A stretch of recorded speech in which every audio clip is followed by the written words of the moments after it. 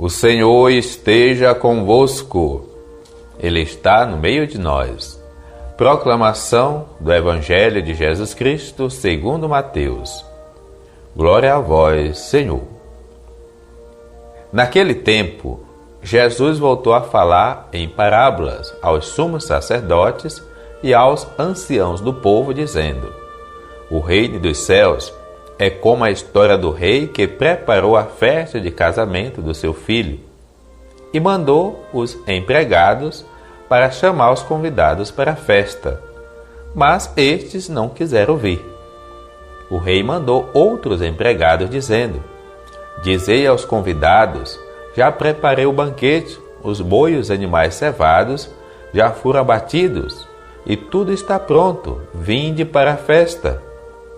Mas os convidados não deram a menor atenção.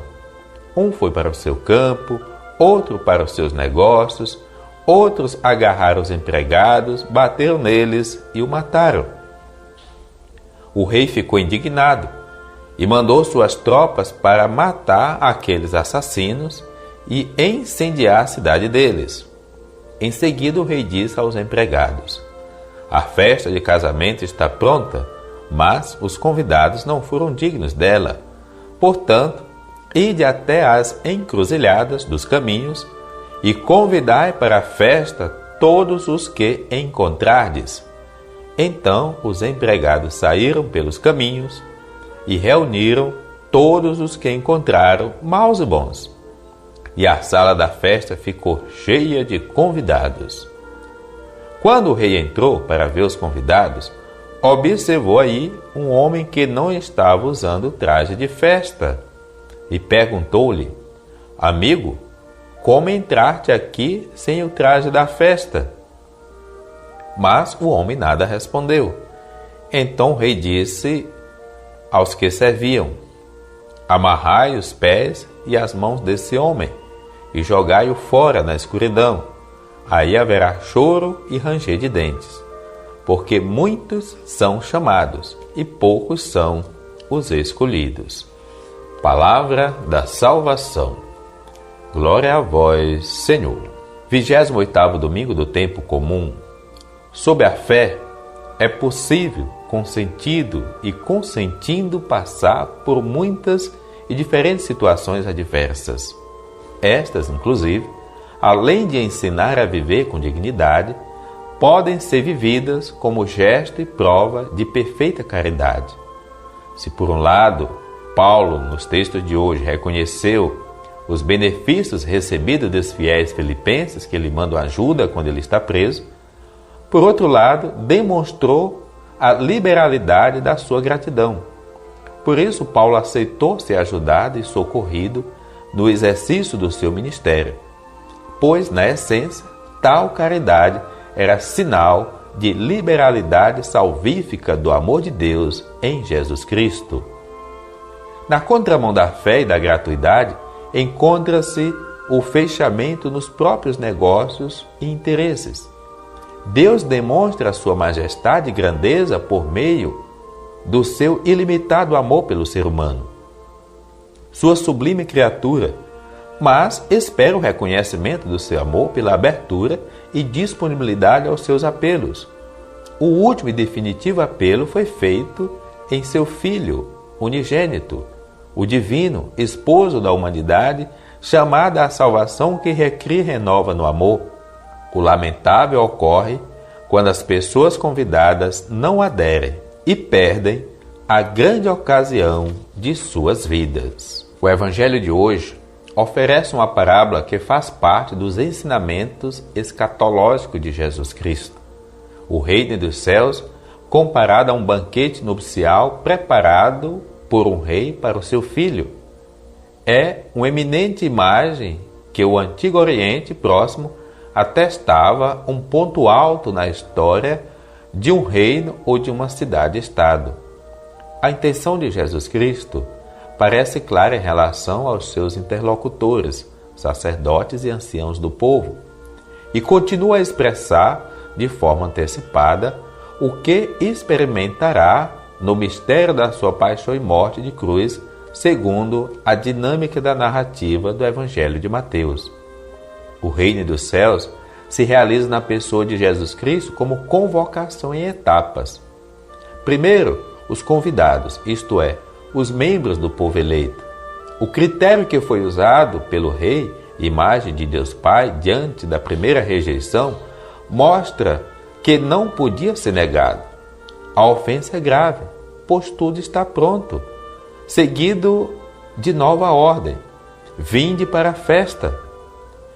Nem assim foi correspondido e, pelo contrário, houve quem assumisse comportamentos violentos e causasse a morte dos servos enviados. Tudo o que cabia ao rei realizar foi feito, mas os convidados se demonstraram indignos de tomar parte na celebração das núpcias do seu filho. A indignação pelo desprezo dos convidados não foi satisfeita com alguma punição na base da lei de Talião, toma lá da cá, mas deixá-los ao léu dos seus próprios negócios, interesses e maldades, particularmente pela ausência do banquete, será um castigo suficiente. Não foram excluídos, mas se excluíram. Isso acontece muito.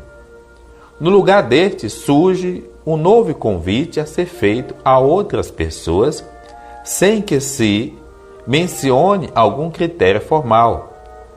Digna de nota é a obediência incondicional dos servos a cada ordem recebida, ainda que o resultado da segunda tenha produzido a morte de alguns.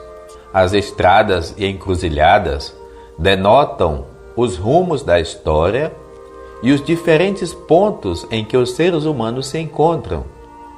Se os caminhos revelam a intenção humana, tornam-se igualmente o local da última convocação. É a passagem da revelação a Israel à revelação a todos os povos. Vontade manifesta, vontade executada. A sala ficou repleta de convidados. A última cena, com o consequente desdobramento, não é desconcertante se o amigo detectado sem traje foi identificado com o sedutor da humanidade. É sobre Satanás que recai a sentença, pois foi quem procurou desviar o ser humano dos planos salvíficos de Deus.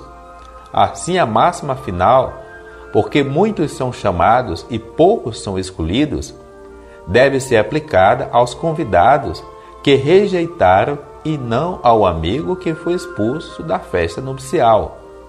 Por extensão, recairá sobre o ser humano que, ao invés de ouvir a voz de Deus, preferiu ouvir a voz de Satanás.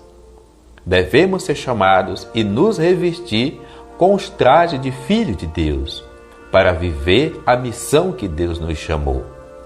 A relação entre hoje e amanhã fica sempre na dependência do ontem e das disposições que são assumidas.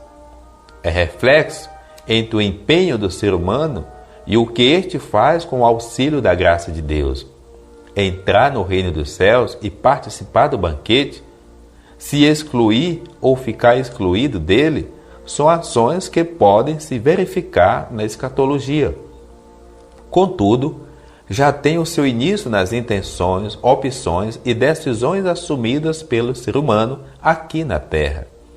Quem diz que acredita em Deus, mas não vive de forma condizente, está decidindo a sua sorte futura já no seu presente. Quem acredita em Deus, na sua presença e na sua constante ação no mundo, sabe que não caminha sem rumo e na escuridão. O amanhã, para além do hoje, que é fruto do passado, está nas mãos de Deus, Senhor do tempo e do espaço. Esta fé alimenta a esperança de que o opróbrio, os sofrimentos e as injustiças causadoras de morte não têm a última palavra sobre a vida. É o que motivou os profetas, é o que motivou Paulo e é o que motiva o fiel em qualquer época e lugar.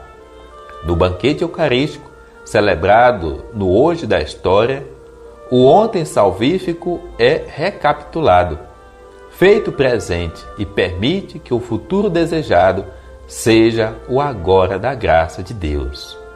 Boa nova proclamada nas leituras, celebrada pelos fiéis no Cordeiro imolado.